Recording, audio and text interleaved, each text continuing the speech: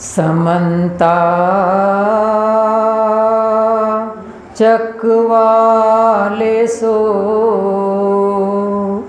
अत्रा गच्छन्तु देवता अत्रा गच्छन्तु देवता सद्धम्म मुनिराजस शृण्वन्तु सग्मुखदं धम्म श्रवणकालो अयं वदन्ता धम्म श्रवणकालो अयं वदन्ता परित श्रवणकालो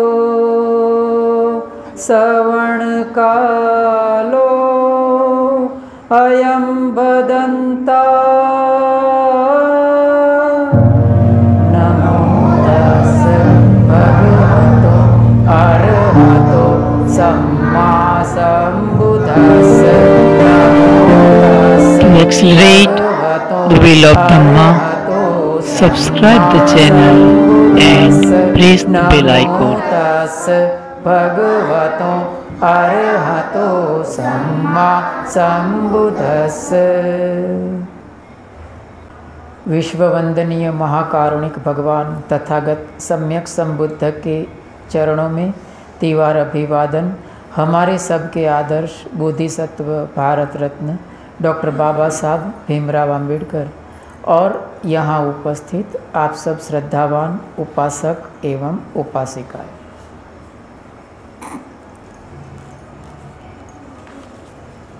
आगे बढ़ते हैं। बाबा साहब रचित ग्रंथ भगवान बुद्ध और उनका धम्म। आज का जो विषय है वो थोड़ा बहुत विवादास्पद है। धम्म तभी सद्धम्म हो सकता है जब वह आदमी और आदमी के बीच की दीवार को गिरा दे, यानी आदमी के बीच में एक समानता होनी चाहिए, ऊंच नीच का भेद नहीं होना चाहिए। तो मैं उसको शॉर्ट करने का कोशिश करता हूँ।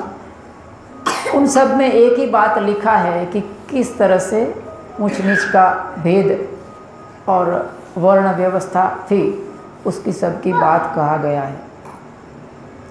एक सूत्र की उसमें बात आया है, वही सूत्र के अनुसंधान को हम देखते हैं। अश्वालयन सूत्र में एक कथा इस प्रकार कही गई कि एक बार सभी ब्राह्मणों ने अपनों में से एक अश्वालयन नाम का ब्राह्मण को राजी करके भगवान बुद्ध के पास संवाद के लिए उसको भेजा गया।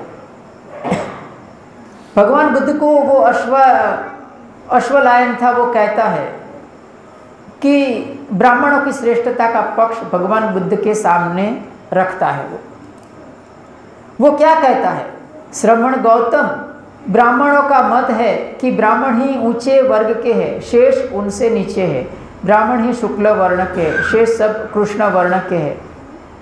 इस तरह की उसने बात कहा है कि जैसे कि ब्राह्मण है वो मुख से पैदा हुआ है, क्षत्रिय भुजाओं से पैदा हुआ है, वैश्य है वो जंघाओं में से पैदा हुआ और क्षुद्र है वो पैर में से।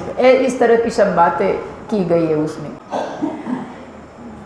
एक्चुअली होता क्या है, समय बहुत लंबा काल बीत गया। उस समय बाबा साहब को हमारे जितने भी लोग थे उनको समझाना था, कैसे भी करके बुद्ध धम्म में सबको स्थापित करना था। इसीलिए उन्होंने वर्ण व्यवस्था जातिवाद को लेकर बहुत सारा उसमें लिखा है। लेकिन एक बात है कि उस समय भगवान बाबा साहब थे, उनके सामने एक बड़ा प्रश्न खड़ा था कि हमारे लोग हैं वो धम्म में स्थापित हो। इसलिए उन्होंने प्रथम तो उन्होंने जो अधम्म था उनके प्रति उनको जागरूक किया और जो धम्म था उनके प्रति उसको जागरूक किया, और फिर वो बहुत सारे लोगों ने धम्म दीक्षा लिया। ज़्यादातर वर्ण व्यवस्था के कारण हमने दीक्षा लिया, ये बात थी और जो धम्म के गुण थे भगवान बुद्ध के धम्म के, वो बात प्रमुख थी। जिस तरह से समाज के एक वर्ग को कुचल दिया था, समाज के एक वर्ग को नीचा बताया गया था, उसी तरह से उसके ऊपर का वर्ग था उसको भी कुचला गया था। तीसरे नंबर पर कौन सा वर्ग आता है? तीसरे नंबर पर जिसको गिनाया गया था ना, एक दो वर्ग ऊपर के थे और तीसरे नंबर पर भी एक वर्ग था जिसको बनिया कहते ना, बनिया है, जैन लोग है, वैश्य कहते हैं वर्ण व्यवस्था की भाषा में उसको। देखिए उनका जो हालत था वो हमसे थोड़ा अच्छा था, ज़्यादा अच्छा नहीं था, क्योंकि उनको तीसरी कैटेगरी में रखा था ना। तो देखिए उनसे सीख लेने का ज़रूरत है हमें। क्या सीख लेने का ज़रूरत है? उनको भी ब्राह्मण का सर्वोपरिता, आधिपत्य स्वीकार नहीं था। उस समय का जो ब्राह्मणवाद था वो स्वीकार उनको भी नहीं था, उनको भी उनका सर्वोपरिता स्वीकार नहीं था। तो उन्होंने क्या किया? देखिए वो कौम कितना बुद्धिशाली है। उन्होंने क्या किया? महावीर स्वामी का सहारा लेकर बहुत धीरे से, चुपके से वो हिंदू धर्म से अलग हो गए। समझ रहे आप? महावीर स्वामी और बुद्ध का नाम क्यों साथ साथ में लिया जाता है? क्योंकि दोनों श्रमण परंपरा थी, श्रमण परंपरा थी। और महावीर स्वामी का सहारा लेकर पूरा जो वैश्य कैटेगरी के लोग थे वो धीरे से हिंदू धर्म से अलग हो गए। ना तो उनकी टीका किया, ना निंदा किया, ना कुछ भी गाली गलौज, अफसोस, धीरे से अलग हो गए और वो अलग होते गए होते गए होते गए और बिल्कुल हिंदू धर्म से अलग हो गए। हमें भी यही करना है, धीरे से उनसे अलग हो जाना है। अगर हम कास्टिज्म के बारे में ज़्यादा सोचेंगे, ज़्यादा बताएंगे, तो होता क्या है मालूम है? आप एक मानसिकता है, आप जिसकी निंदा करेंगे उसकी कीमत आप कहीं ना कहीं बढ़ा रहे हैं, उसको कहीं ना कहीं आप उसका पोषण कर रहे हैं। तो ये सब बातें इसमें कास्टिज्म के ऊपर लिखा गया है कि कास्टिज्म माने वर्ण व्यवस्था किस तरह से उस समय में था, उसके बारे में लिखा गया है। बीमारी कहाँ से पैदा होती है? हमारे शरीर में बीमारी कहाँ से पैदा होती है? शरीर में से पैदा होती ना, अंदर से पैदा होती ना। बाहर से बीमारी हमको परेशान करती है क्या? ऐसा बाहर खड़ा है, बाहर कैंसर खड़ा हो, बाहर कोई डायबिटीज़ खड़ा हो, टीबी खड़ा हो, हमें कोई परेशान करेगा? वो नहीं करेगा। वो कहाँ जाकर करेगा? अंदर जाकर करेगा, है ना। कोई भी बीमारी उसी तरह से, कोई भी समाज है, कोई भी देश है, कोई भी संगठन है, कोई भी व्यक्ति है, अगर वो परेशान होता है, वो खत्म होता है, उसको नुकसान होता है, तो अंदर से होता है, आंतरिक दुविधाओं से, आंतरिक प्रतिकूलताओं से होता है। हमारे समाज में अगर सिर्फ हमारे बुद्धिस्ट समाज के लोग, जितने भी SC ST OBC है, वो अगर समझ जाते हैं ना, तो बहुत बड़ी बात हो जाती है। सबसे ज़्यादा तकलीफ हमारे समाज की है। हमारे समाज के लोग अगर जागरूक होते हैं तो बहुत बड़ी बात हो जाती है। लेकिन मुश्किल ये है कि उनको समझाना लोहे के चने चबाने जैसा है। परंपराओं के साथ इतने तो वो चिपकाव है उनका कि उनको अलग करना करीब करीब नामुमकिन है। साम दाम दंड भेद की नीति से ये मनुवादी, ये जातिवादी परंपरा के लोगों ने उनको बुरी तरह से प्रभावित कर दिया है। तो पहला ही शर्त है कि हमारे जितने भी SC ST OBC के लोग हैं, अगर वो बदलते हैं तो वहीं से शुरुआत होती है। क्या आपको लगता है कि कास्टिज्म माने वर्ण व्यवस्था है वो दूर हो सकती है? क्या ये इसमें आपको लगता है ये हो सकता है क्या? बहुत लोग आपको मिलते हैं ना, देखिए समाज में आपको मिलेंगे लोग, हाँ, क्या बोलेंगे कि कर्म से, हमारे बुद्ध धम्म में भी लिखा है, धम्म पद का जो अंतिम वर्ग है ना, वो पूरा ब्राह्मण वर्ग है। वो ब्राह्मण वर्ग हकीकत में धम्मपद का हिस्सा है ही नहीं, उसको पीछे से ऐड किया हुआ लगता है ऐसा। तो उसमें सब ऐसा कहा गया है कि कर्म से ब्राह्मण होता है, कर्म से वैश्य होता है, कर्म से क्षुद्र होता है, ऐसा कहा गया है। और समाज में आपको ऐसे बहुत लोग मिलेंगे। इस प्रश्न के ऊपर जाता हूं कि क्या वर्ण व्यवस्था है उसको सुधार हो सकता है, दूर हो सकता है। आपको लोग मिलेंगे समाज में कि कर्म से ब्राह्मण होता है, कर्म से वैश्य होता है, कर्म से क्षुद्र होता है, ऐसा मिलेगा। उनको ये पूछना कि अगर कोई व्यक्ति कर्म से कैसा भी है, कर्म से बुरा है, शराब पीता है, जुआ खेलता है, व्याभिचार करता है, झूठ बोलता है, हिंसा करता है, चोरी करता है, हर एक प्रकार के दुर्गुण उसमें है, लेकिन वो जन्म से ब्राह्मण है। अगर उसको पूछते हैं कि तुम किस जाति के हो, तो क्या वो कहेगा कि मैं दलित हूं? ये कहेगा कि मैं दलित हूं? नहीं कहेगा। अभी दूसरी तरफ कोई व्यक्ति अच्छा है, सदाचारी है, कोई भी खराब काम नहीं करता है, सच बोलता है, भला इंसान है, मदद करता है, मिलनसार है। अगर उसको पूछा जाए जन्म से वो अगर नीची जाति में जन्मा है, जिसको नीची जाति कहा जाता था, उनको अगर पूछेंगे कि तुम्हारा जाति क्या है, तो वो क्या कहेगा? क्या कहेंगे? वो ये कहेगा कि ब्राह्मण हूँ? कभी नहीं कहेगा। वो कहेगा नहीं, वो कह नहीं पाएगा। क्यों? क्योंकि उसके मन में सदियों से वो बात घर कर गई है, सदियों से उसके मन में ये बात बिठा दी गई है, और ये है भारत की तमाम प्रजा के मन में है। आपको कोई कितना भी कहे कि कर्म से ये होता है, उनकी बातों में मत आइए। वर्ण व्यवस्था दूर नहीं हो सकती है। क्यों? क्योंकि देखिए, आप मुझे बताइए, राम दूर हो सकते हैं क्या? राम को हटा सकते हैं? राम को नहीं हटा सकते ना। अगर राम को नहीं हटा सकते ना, तो शंबुक को भी नहीं हटा सकेंगे। वर्ण व्यवस्था आ गया ना। शंबुक को क्यों मारा था? वो फिर क्या कहेंगे? वो क्षुद्र था इसलिए मारा। वर्ण व्यवस्था आ गया ना। जब तक राम रहेगा तब तक शंबुक रहेगा, जब तक शंबुक रहेगा तब तक वर्ण व्यवस्था रहेगी। द्रोण को मिटा सकते हैं क्या? द्रोण था, महाभारत में आता है, उनको मिटा सकते हैं? हटा सकते हैं? नहीं हटा सकते। द्रोण को नहीं हटा सकते हैं तो एकलव्य को भी नहीं हटा पाएंगे। आ गया ना कास्टिज्म, वर्ण व्यवस्था आ गया ना, शुरू हुआ ना। क्योंकि वो हिंदू धर्म की जड़ है, उसका पाया में ही वर्ण व्यवस्था है। ये हमारे समाज के लोग नहीं समझ रहे, तो उसको दूर करने के उपाय है। अगर वो अगर करने का उपाय को आजमाया तो आज भी हो सकता है, लेकिन वो कठिन इतना है कि वो करने के लिए कोई तैयार नहीं होगा। पहली बात, अभी देखिए, अभी परसों या मैं सोनावनी जी है, उनके उधर आप भी थे, तो उन्होंने मुझे प्रश्न किया। देखिए हमारे मानस में कितना गहराई से वो घर कर गया है। उन्होंने मुझे क्या प्रश्न किया कि ये हार्दिक पंड्या है, वो किस जाति का है? देखिए कैसे बात आई मालूम है? हार्दिक पंड्या, पीछे पंड्या आया ना, उपनाम आ गया ना। उपनाम से क्या जाहिर होता है? उनकी जाति जाहिर होती है। समझे?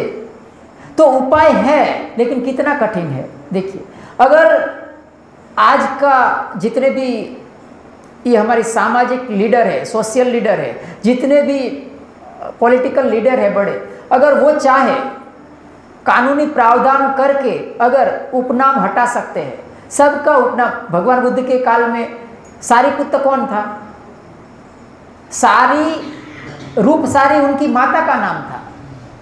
समझे? माता के नाम पर से उनका नाम रखा जाता था, उपनाम नहीं था उस समय। तो आज की तारीख में अगर समाज में उपनाम को हटाकर सबका नाम के पीछे माता पिता का नाम अगर रखा जाए, तो कास्टिज्म, वर्ण व्यवस्था के ऊपर एक बहुत बड़ा प्रहार हो सकता है। लेकिन ये करने के लिए बहुत बड़ा मशक्कत करना पड़ेगा आज के जो पॉलिटिकल लीडर्स को, तो ये करने के लिए कोई तैयार नहीं होगा।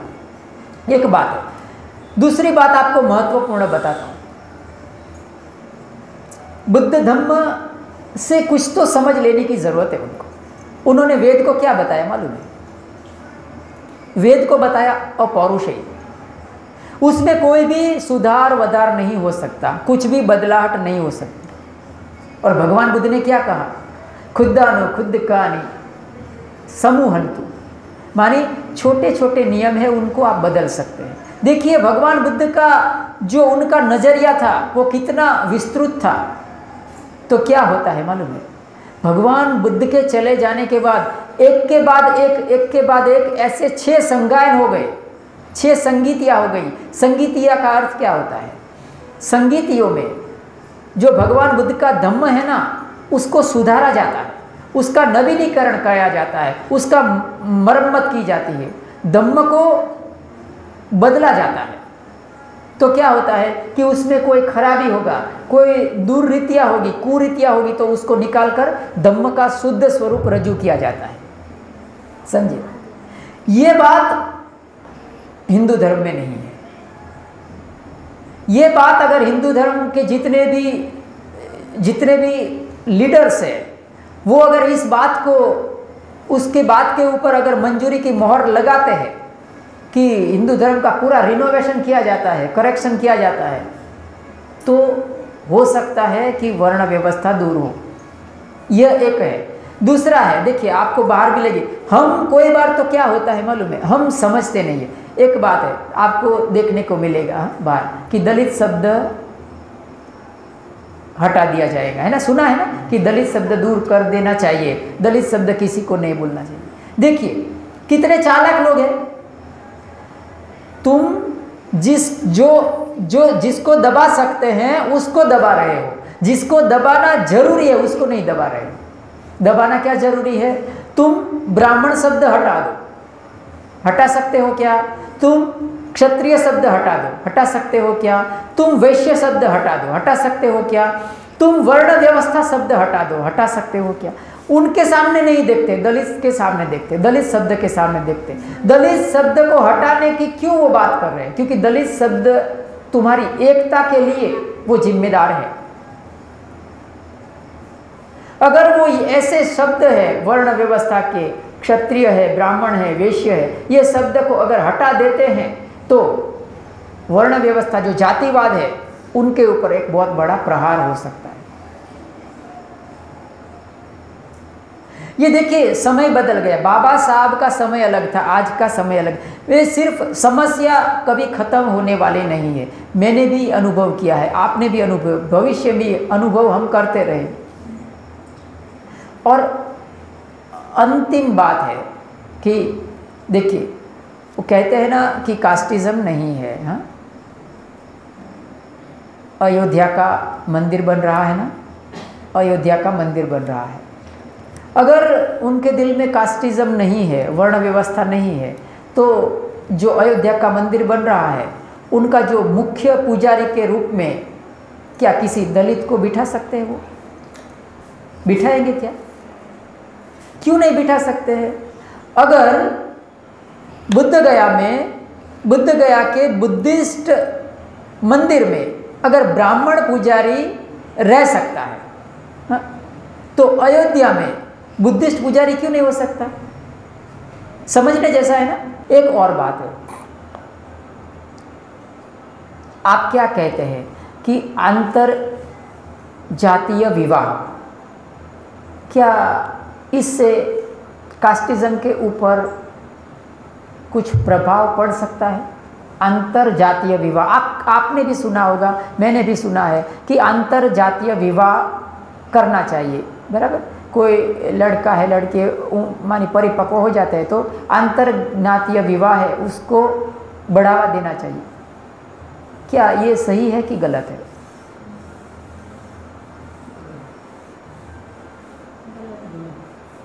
एक दृष्टि से देखते हैं ना तो गलत है, और एक दृष्टि से देखते हैं तो सही है। देखिए गलत किस दृष्टि से है, मेरे सामने ऐसे बहुत सारे दृष्टांत आए हैं, इसीलिए मैं बोल रहा हूँ। गुजरात में बहुत सारे हाई प्रोफाइल लोग हैं, हाई प्रोफाइल मानी बहुत धनवान है, हाँ, बहुत पैसा कमाते हैं, चाहे लड़की हो या लड़का हो, हाँ, कोई भी बहुत पैसा कमा रहे, बहुत धनवान है, अगर उसको शादी करना है तो वो क्या करेंगे मालूम? वो दूसरी जाति के लड़की या लड़के को खोजते हैं। देखिए, मैं अरेंज मैरिज की बात कर रहा हूँ, लव मैरिज की बात नहीं कर रहा हूँ। अरेंज मैरिज की अगर अरेंज मैरिज करना है तो अभी जितने भी हाई प्रोफाइल अर्थात जो धनवान हो गए, माने सुशिक्षित हो गए, बहुत पैसा कमा लिया, बहुत सुखी संपन्न है, उसको कहाँ शादी करना चाहिए बताइए? हमारे समाज में करना चाहिए कि नहीं? अगर हमारे समाज में लड़का या लड़की शादी करते हैं या करती है ना, तो क्या होगा? हमारे समाज के लोग सुखी होंगे ना। एक गरीब परिवार का लोग है वो सुखी बनेंगे। ये नहीं हो रहा है। जो धनवान हो गए वो अलग जाति की लड़की को लाएंगे, अलग जाति के लड़के के शादी करेंगे और उसको सुखी करेंगे।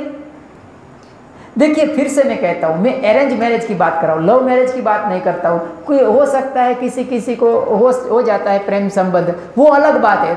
उसमें क्या होता है मालूम नहीं होता है कौन किस जाति के है, वो अलग बात है। लेकिन जहाँ तक अरेंज मैरिज करना है तो बाबा साहब ने, आप सोचिए तनी, बाबा साहब ने इतनी बड़ी गलती कर दी कि वो गलती है ना, वो आज तक वो धम्म को प्रभावित कर रही है। उन्होंने जो सविता के साथ मैरिज किया वो बहुत बड़ी गलती थी उनकी। आप सोचिए, आप तनिक सोचिए कि बाबा साहब ने अगर कोई हमारी जाति की नहीं लेकिन दूसरी जाति की, जैसे कि कोई वाल्मीकि समाज की लड़की है या तो कोई ओबीसी समाज की लड़की के साथ उन्होंने शादी किया होता तो आप हैरान हो जाएंगे सोचकर, पूरा ओबीसी समाज है वो बुद्धिस्ट बन जाता था, पूरा वाल्मीकि समाज बुद्धिस्ट बन जाता था। लेकिन बाबा साहब की गलती नहीं थी, उनके ऊपर दबाव लाया गया होगा, तो एक साजिश और षड्यंत्र की तहत उनके ऊपर दबाव लाया गया होगा शादी करने के लिए सविता के साथ। तो आज इतना ही रखते हैं। आप सबने मेरी बात को ध्यान से सुना, आप सबका बहुत बहुत धन्यवाद। सबका मंगल हो, सबके जीवन में खुशहाली आए, हमारे पुण्य कर्म में आप सब भागीदार बने। बोलिए बोलिए सबका मंगल, सबका मंगल,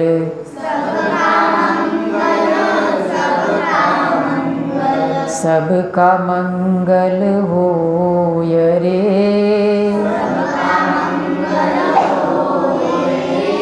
तेरा मंगल मेरा मंगल, जन जन मंगल होय रे,